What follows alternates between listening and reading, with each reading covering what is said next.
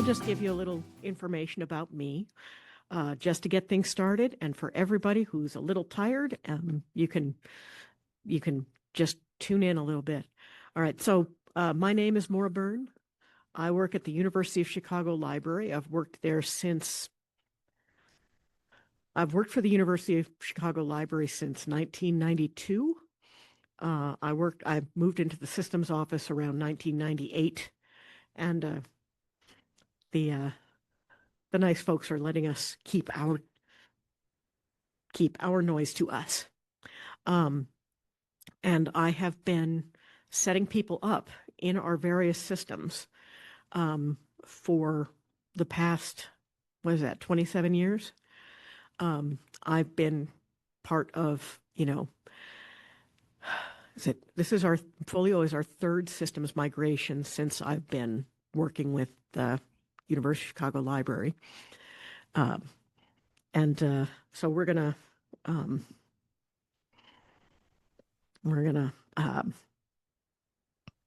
go to this here. Okay.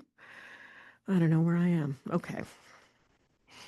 I'm in the wrong presentation, I guess. Yeah,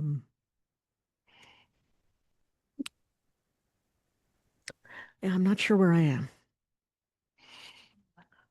On the laptop. As you can see. User, so I'm going to try and help. Let's see. This looks like you need to be here.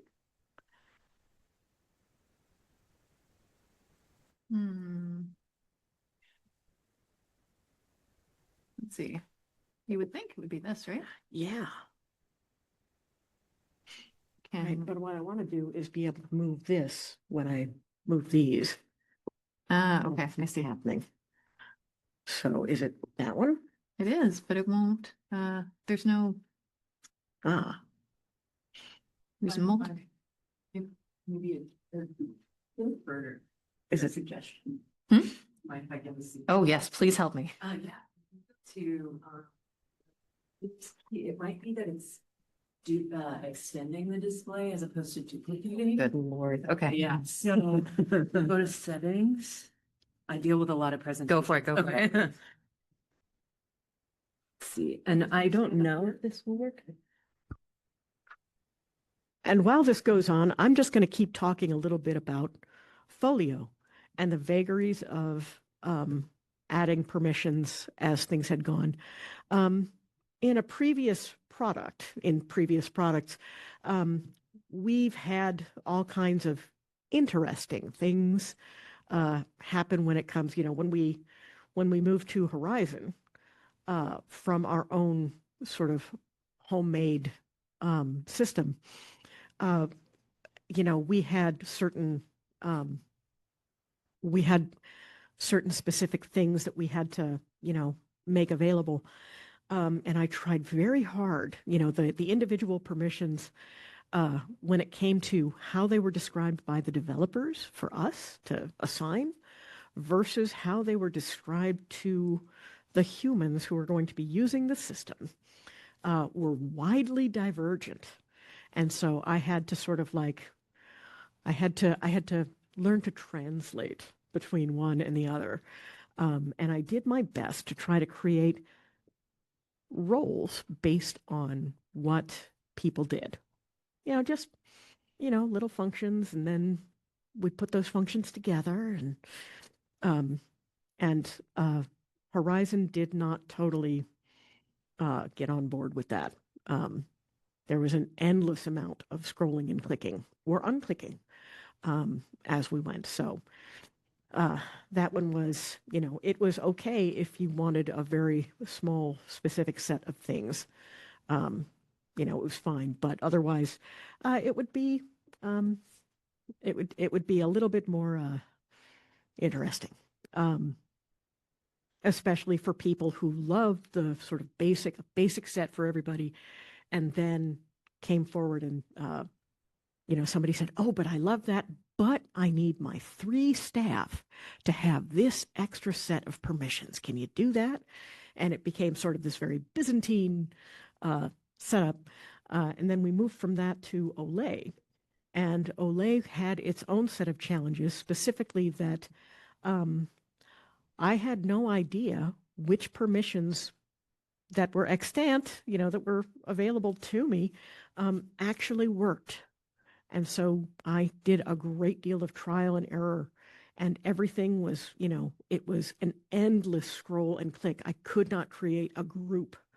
I had to just keep a list every for every kind of department and the kind of work they did. I kept like a little list that told me what individual permissions in the endless scroll and click I would give to a particular person. And woe betide me if I forgot one or if I missed one. Or even worse, I gave them a permission that nobody else in their department had. There was a great deal of, well, what does it do? What if I could use that? And thankfully, when it comes to Folio, we have a lot of permissions, and and I just, for the testers, I gave them this huge number of permissions because you never knew what was required before we could, so they could test various functions. And we'd much rather that the testers be able to test, and then we'd pull back as necessary when we went to production. And the first thing I heard was, why can I see all this stuff? I don't care about this stuff. You take this out, you take this out, you take this out. I could not have been happier. In my head while I was sitting at my desk, I was falling to my knees and raising my arms to the ceiling because at last people didn't want to see everything. And the other thing, which is part of a lifelong dream, apparently for me, is that I can create a permission set. I can take individual permissions and I can make them for individual groups of people. Might be as good as I can do without actually calling them. So Okay. All right. So now that I've gone on a bit and I've done my okay, so can I? Okay, good. Okay. So now that I've done my my little spiel to keep everybody engaged, I suppose, this is what the presentation is going to be about. What is so important about the Users app? We're going to have a guided tour. I'm going to talk a little bit about permissions, and then I'm going to give you a thing that will hand you more information. Okay. So the first part, what's so important about users? The users can, okay. I don't know if you can see this very well. It's not full screen, and I don't know how to get there. But if you can see, I made this little thing where users touches a large number of all of the other apps. You want to circulate something, you need a user. You need to be able to see the users. If we're talking about fees and fines, if we're talking about requests or reserves or, anything else, we want to look at inventory. These are the different things. And I tried to for the most part, I tried to match the color to the color that goes across the top for each app. Although inventory is not brown because I didn't want to hide the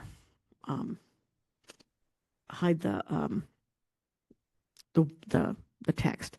But the Users app was the very first app that was created because it was sort of like it was the thing that we needed in order to do everything else. So this one is the granddaddy of them all. And so we've got plenty of plenty of things to do. Are you going to come and? All right. Right. Oh, good. Yes.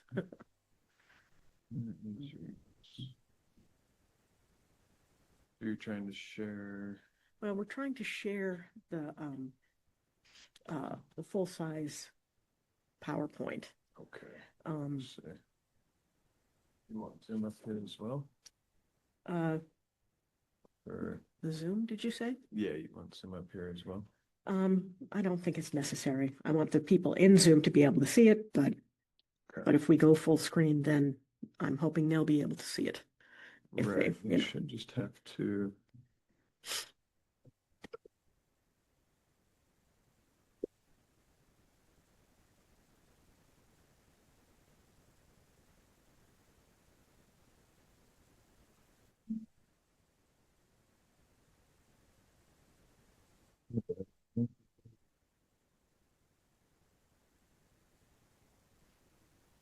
Mm, and you're wanting this presentation.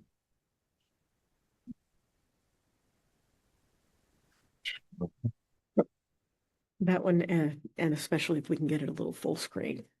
Yeah. So, yeah, this just needs to be like this.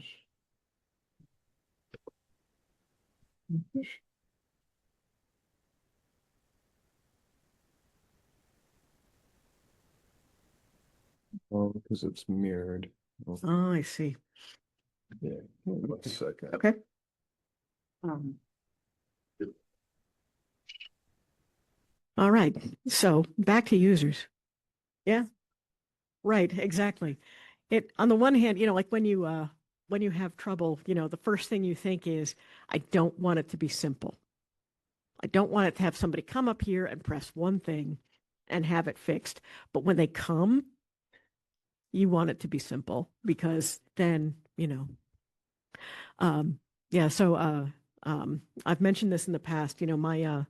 My original job with the systems office um, was to basically, we were moving from a mainframe system that required no authentication to a client server architecture that did require permissions and authentication. And then from there, we were also moving from paper memos to email. We were making people use the World Wide Web for things. And essentially, we were moving to digital tools en masse. They were also using email. We were going all over the place. And so all of the calls, everybody had like a tiny little crib sheet of varying ages that would have like, okay, so if this went wrong, you called this person, here's their number. And if this went wrong, you called this person, here's their number. And the thing is that those things got, older and more out of date. So people who were like, they were big hoop-de-doos in the library are now getting phone calls because, they didn't understand how to catalog an item or something.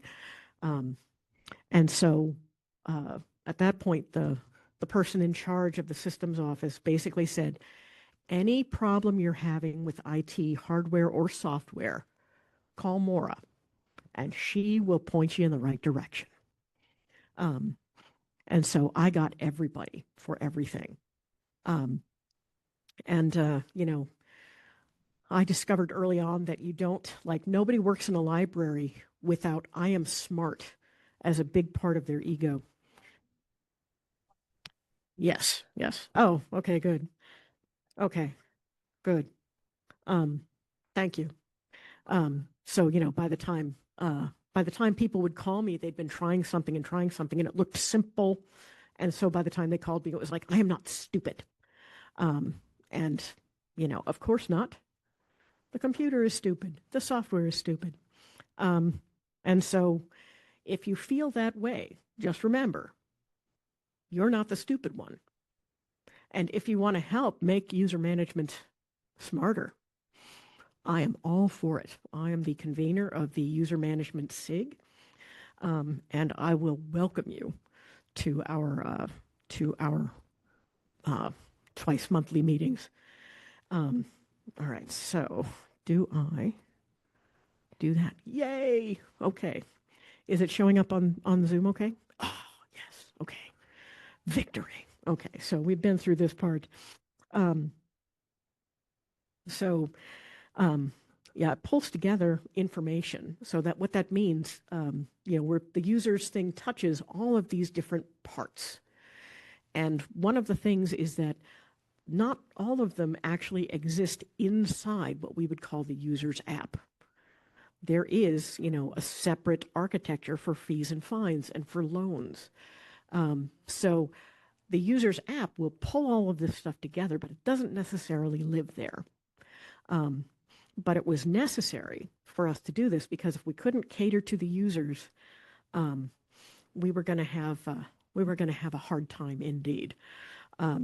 Because this would give us we're doing checkout and check-in, loans requests, fees and fines, inventory, permissions to access other things, doing requests, that sort of thing. So we'll have a guided tour of the app. And this is what it looks like. I've opened the user's app, which if I'm not sure I'm not gonna try it. What I am gonna do is I'm gonna point. I should have gotten like a laser pointer or something for this, but I'm gonna point all the way over on the side, right next to the part that says online. Online is, the user who's logged in. I've logged into the snapshot system. But the thing where it says apps and you've got those 4 squares, you click on that, it's a drop down for all of the apps that don't fit across the top. So that's kind of, that's where you'll find something like users because it comes last alphabetically. And of course, if you want to have that, show across the top, the best way to do that is to not have access to all of these other apps. I don't know of any way to reorder all of this stuff. And so far, it hasn't been much of a priority because we've all learned to live with it because we're smart. We know how to handle that sort of thing. But this is what a user record looks like. Those of you who are old enough might remember Mary Richards from the Mary Tyler Moore Show. All of her coworkers are also present whenever I load test users.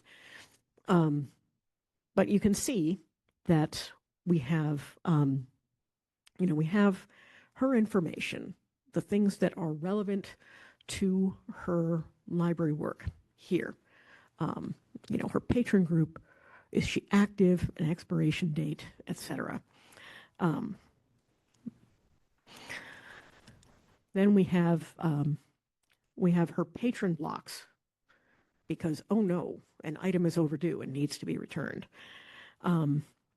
So she's, this is the thing where if you have access to the user's app, you have access to this. This is where you find patron blocks. So if someone can't check something out, that's where you check it, which is why there's the red exclamation point. Extended information will include things like their birth date, the username, request preferences, that sort of thing. There's a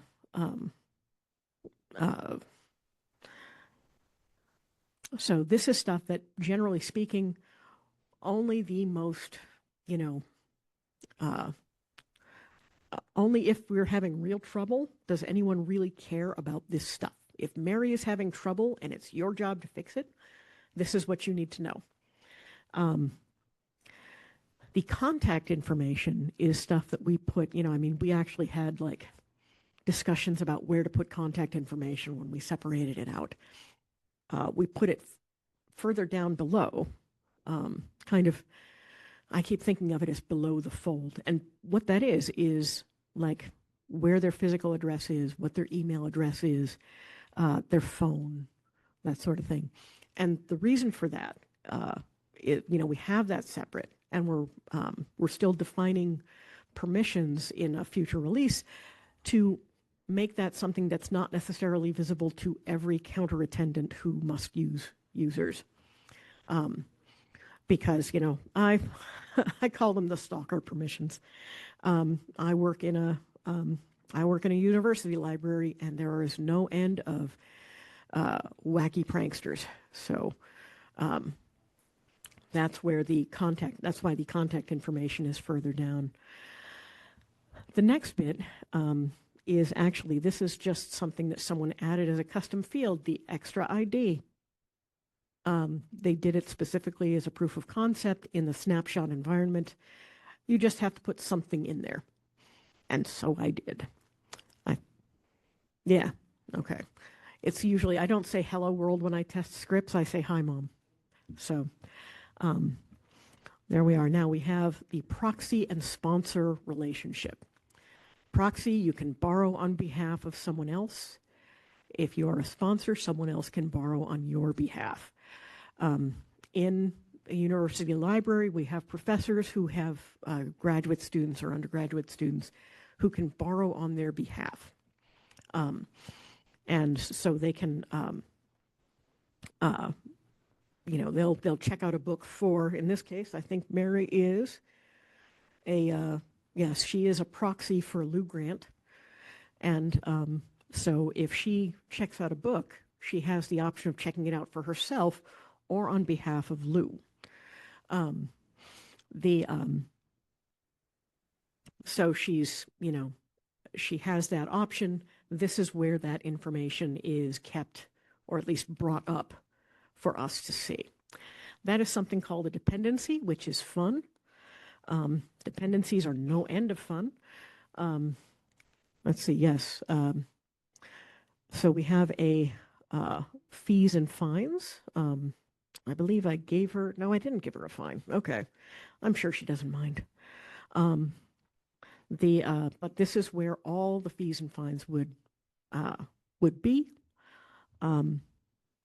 Here we have loans and requests. Again, this can be helpful. Someone has a loan, or it's a closed loan, or they have a request or a closed request. You can see it all here. You click on that, and it will take you to that app, and it will show you what they've got. And so if someone has a problem, they think they returned a book, and you're like, well, we still have it checked out. They can remember to go and look for it again, or tell us to go look for it in the stacks. We have user permissions and service points. User permissions, again, are the things that allow circulation staff to circulate books, allows inventory staff to create, edit, mark missing, or what have you, our inventory items. The service points basically are every place where you have a circulation desk, or at least a place with all of the same circulation policies. And here we have notes, and I should have mentioned this, but notes is its own app. And it's one of those things where it doesn't, I'm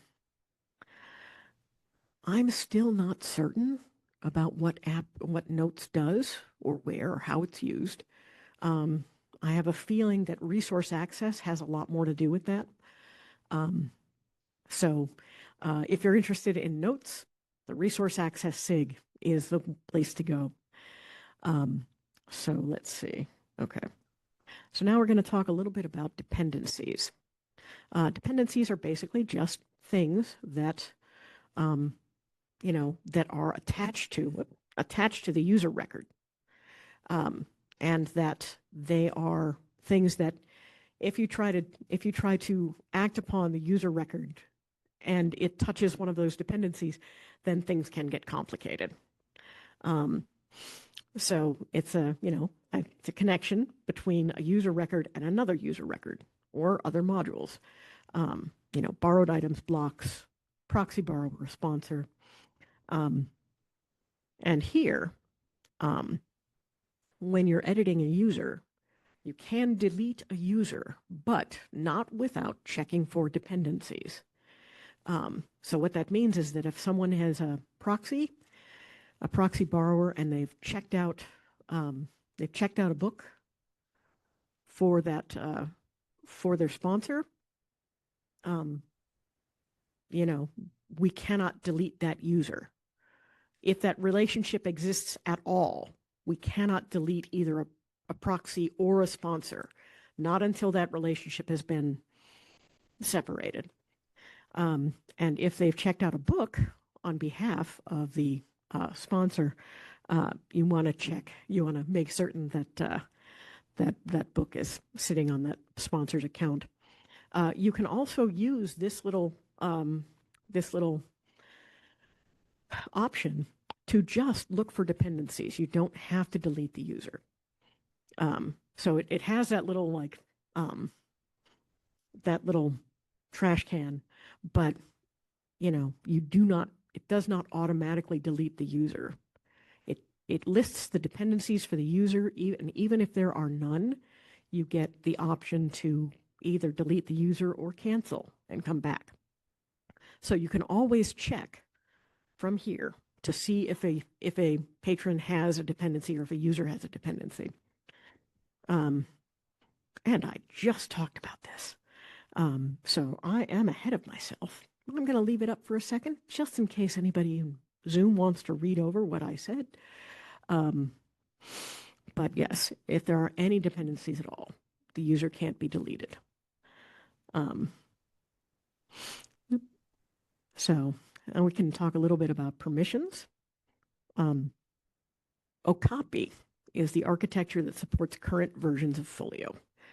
There are several individual permissions that can be combined into groups, and then those permission groups can be combined into other groups, making a group of groups, which I like to call a role, but is not necessary. That's just my preference. It is also possible that permission groups can be included in each other.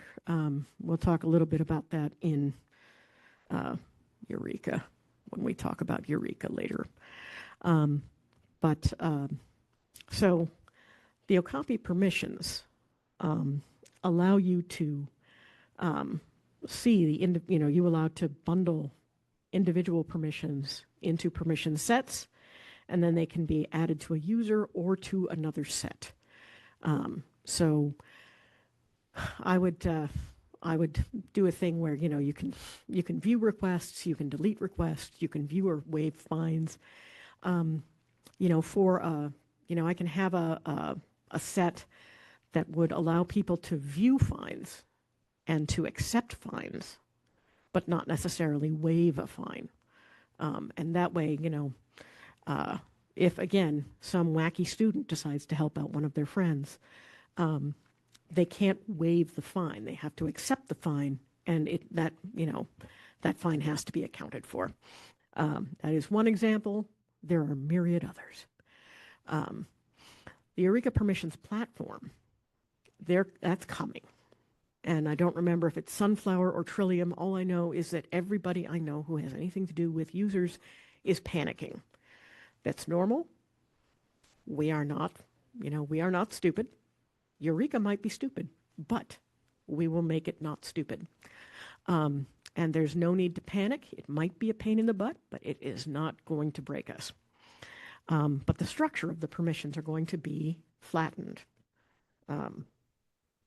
so that instead of having that list of individual permissions, and then the individual permissions can either be assigned to a user or put in a set, and then that set can be assigned to a user or put in a set, and those sets can be endlessly nested. So instead of doing that, they're just bringing it all up to the surface.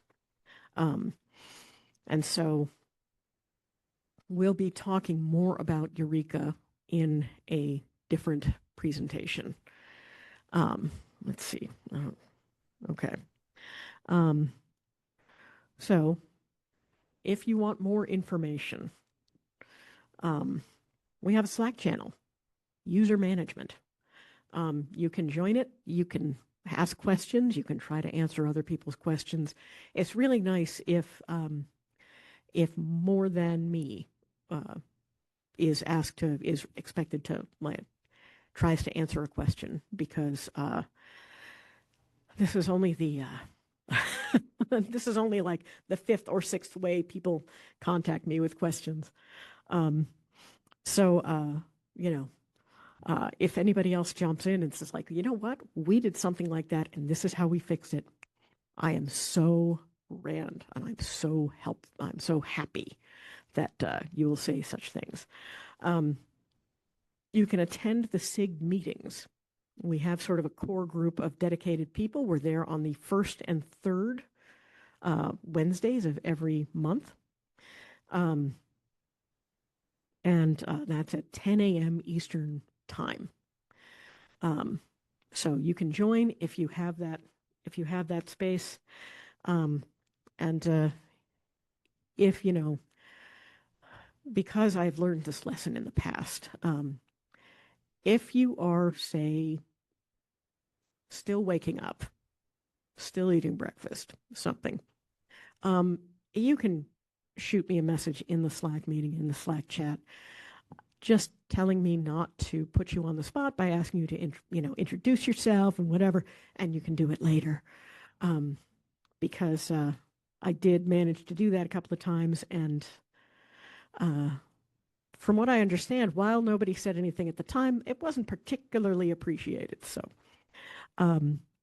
we also have a wiki space, and the wiki space is very, very helpful. There's a work in progress for Eureka permissions. We have our gap list of things that we have asked for, things that are part of the, that are in the pipeline to be evaluated and addressed, fixed, functionality added. And that's, in the wiki space, so that if you see a thing and you're saying, wait, are they already dealing with this with users? You can find out using the wiki space.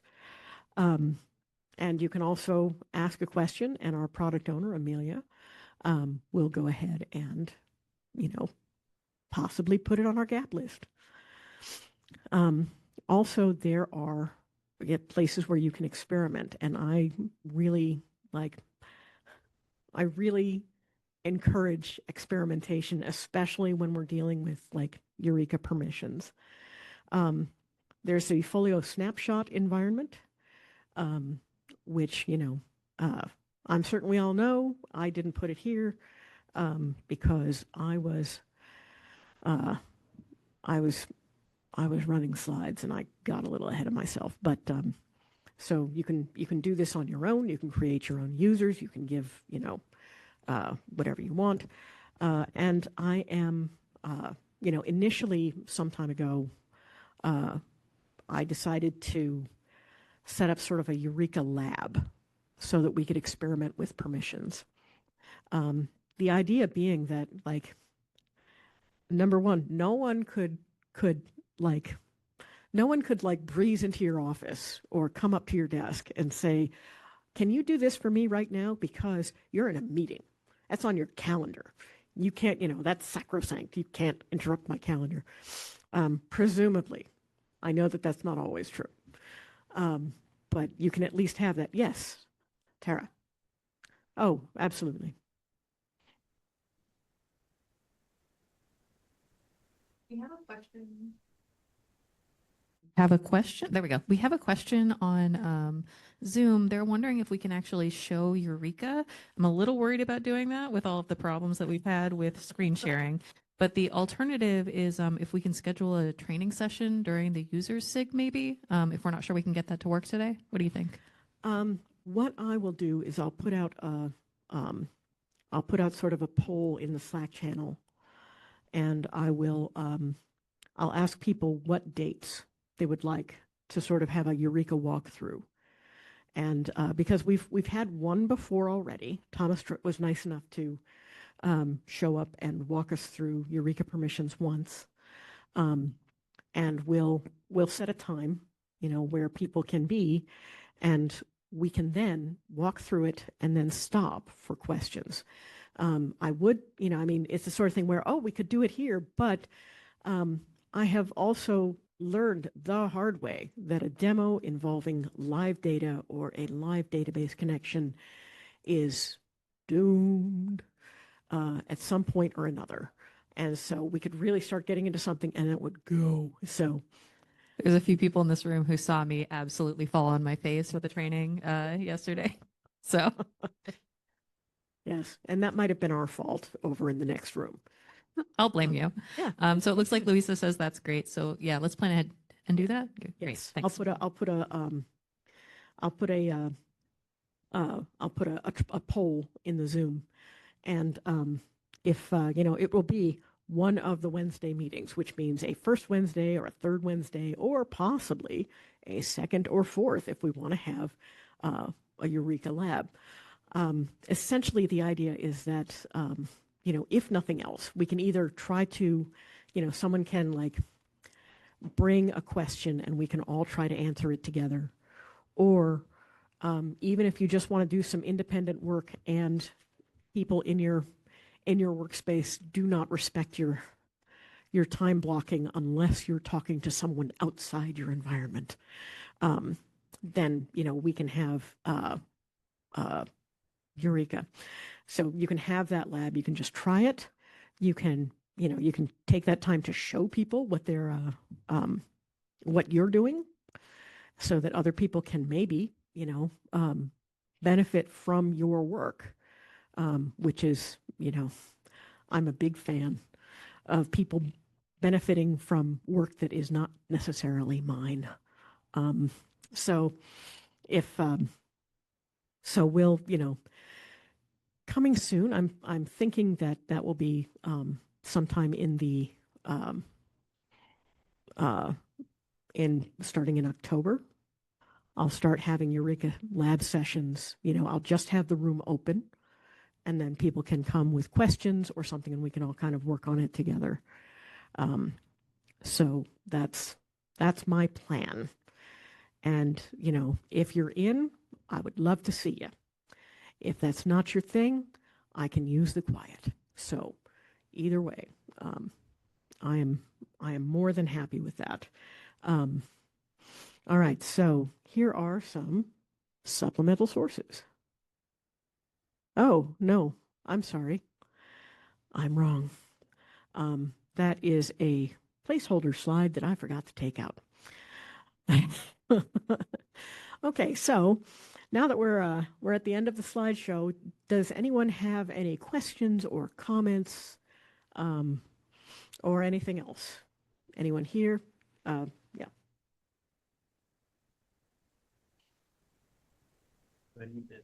It's on, Jimmy. It's on. Okay. Okay. Yeah, the extra ID 1 field that you showed earlier, Right. we're in the midst of implementation under Eureka Ooh. for Sunflower. It's been a thing. Mm-hmm. So I'm not entirely sure right now if that's possible under Eureka. They changed a whole bunch of stuff and it may or Right. may not be possible. But how was the extra ID 1 accomplished? You mentioned something about the snapshot Right. environment. It is a custom field. Yeah, how did you add that? Did you have to ask EBSCO to add it, or No. Snapshot is sort of open. And so you can sort of you can go to, I said folio snapshot, something or other, blah, blah, dev.folio.org. And you can go ahead and try things. The only thing I think that they really ask, if you're going to add reference data, awesome, because it gives people more to work with. Please don't change the base language of the app, or at least if you do, change it back when you're done. But you can try adding custom fields. so is this a shot of production, or is this? This is a shot of snapshot. That's a shot of snapshot. Yes. Whether she needed. Yes. So it's you should, if you have permission, you're gonna. That's If you have permissions to access that section of settings, I believe it's under users. There's the custom field section of settings. I'm going through snapshot in my head. You should be able to configure it yourself, but you may need to have the permissions added by someone on your team. Oh, I have all the permissions. You have all the permissions all- and you can see it? We're on the implementation team. So Mhm. I this just hasn't come up yet because we've been doing, roles, and the switch to Eureka. Yeah, if you find me in a second, I can show you where it is. Yeah, And that'd be then I good. think it's probably just hidden for you. Okay, because I know there's a bunch of people like, hey, why don't we have this? Yes. All right. And which version of Folio are you guys on? At U Chicago, we're using Ramson's. Ramson's. Okay, I figured, but didn't want to assume. Yeah. Right. Okay. Did you have your hand up or no? Okay. I thought I saw a hand raise and then come down. So, oh, right over here. I'm not sure if I misunderstood, but it sounded like from what you were saying about the permissions that there isn't a way for permissions to be set to block what users see in the user's app. For example, you mentioned the addresses. Is it possible at this point in any iteration that's live of Folio to block it so that, for example, a frontline student couldn't see the addresses, whereas a supervisor might be able to? That is true. We at the User Management SIG has been working on what shows up and for whom, and I've seen, I've seen like how we have sketched out what we would like in the JIRA ticket. Like, okay, we would like these things to be locked down in a separate permissions set. And so we're trying to, separate out those permissions. It has not happened yet, but I do look forward to it in our glorious future. Thank you for clarifying. You also don't necessarily need to put all of your information into every system. I have some libraries that I've worked on with implementations, and they're like really concerned about the addresses. So they just don't load them into their library system because it's like, we're not sending paper notices. So that's another option. Indeed.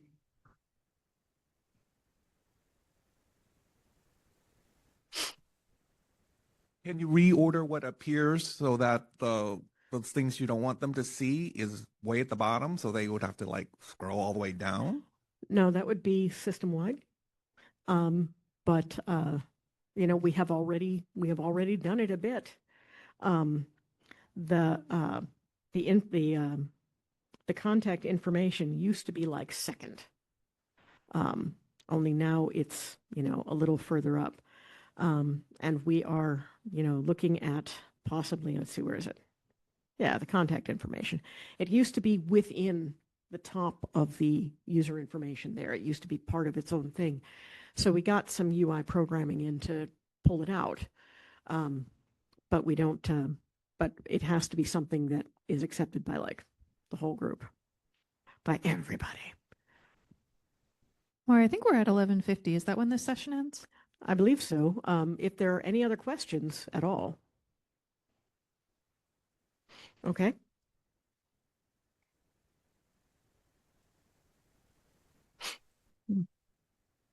This is a slightly more general question. Okay.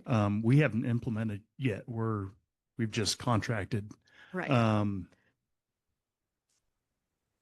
And it sounds like Folios, we're already working on the Eureka architecture.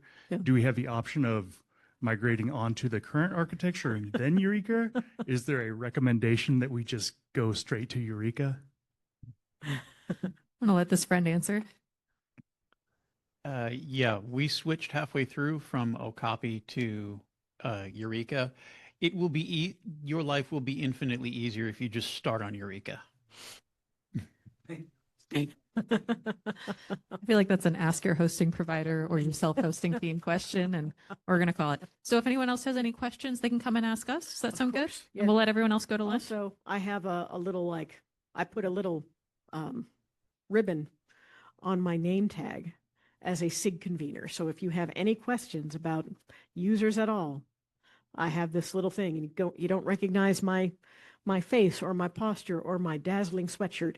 You can look for this this adhesive ribbon that I put on my ID. So thank you all. Thank you, Maura. That was great. Thank you.